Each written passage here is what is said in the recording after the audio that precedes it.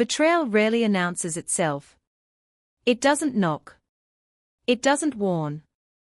It arrives quietly, often disguised as trust. It can be a message read too late, a promise broken in silence, or the sudden realization that the person you defended was the one hurting you. Most people remember where they were when betrayal happened. Not because of the event itself, but because of what it shattered. Trust. Certainty. The version of reality they believed in.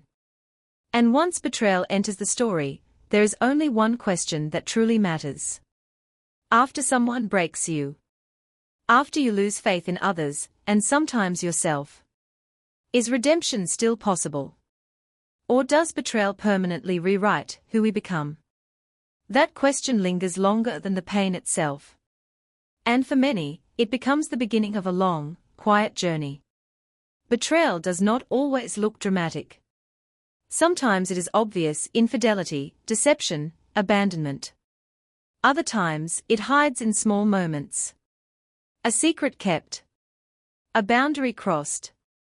A truth slowly withheld. In friendships, betrayal can feel like being replaced without explanation. In families, it can mean loyalty traded for convenience. In relationships, it often arrives where vulnerability once lived. What makes betrayal so damaging is not just what was done, but who did it. It comes from people we trusted with our unguarded selves. The emotional reaction is almost universal. First, confusion. Then anger. And finally, a deep, lingering pain that words struggle to reach. Not because the loss is visible, but because it changes how trust feels afterward. In the short term, betrayal destabilizes the mind. Sleep becomes shallow. Thoughts loop endlessly.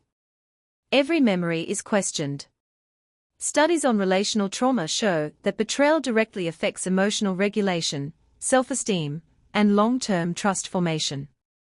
People become hyper-aware, guarded, sometimes emotionally numb. But the long-term impact is quieter, and often more dangerous. Betrayal teaches the brain to expect harm. It blurs the line between caution and fear.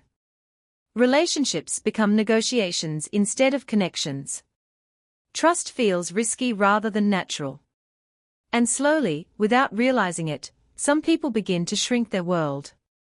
Not because they want to, but because safety feels smaller. This is how betrayal echoes long after the event is over. Betrayal rarely happens without warning. The signs often exist long before the breaking point. Dismissed feelings. Subtle control masked as concern. Apologies that change nothing.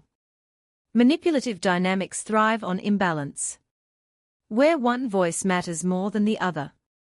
Emotional abuse does not always leave marks. Sometimes it leaves doubt. Doubt in memory. Doubt in instincts. Doubt in self-worth. Recognizing these patterns is not about blame.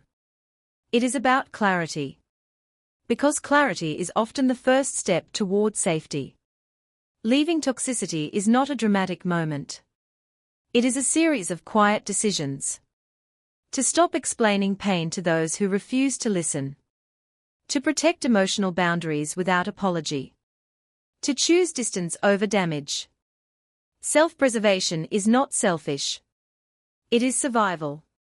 This includes physical safety, emotional space, and mental clarity. It means learning when to disengage rather than confront. Self-love, in this context, is not affirmations or slogans. It is action. Rest. Support.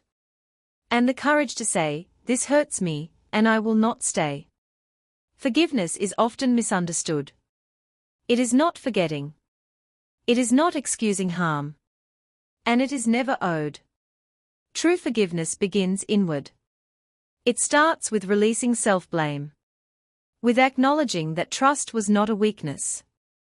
For some, forgiveness of others may come later. For others, it may never come at all. Both are valid. What forgiveness truly offers is freedom. Freedom from carrying someone else's actions as a permanent weight. And that freedom changes everything. Redemption after betrayal does not mean returning to who you were.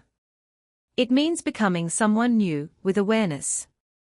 Many people rebuild not by erasing their story, but by owning it. They set boundaries where none existed. They speak with clarity instead of fear. They redefine what connection means. Growth does not come from the betrayal itself, but from the decision to rise without becoming bitter.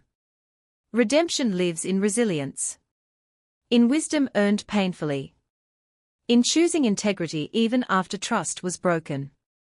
This is how wounds become turning points. Trust is rebuilt slowly, or not at all. And that is okay. It begins with trusting oneself again, with honoring instincts, with communicating boundaries clearly and consistently.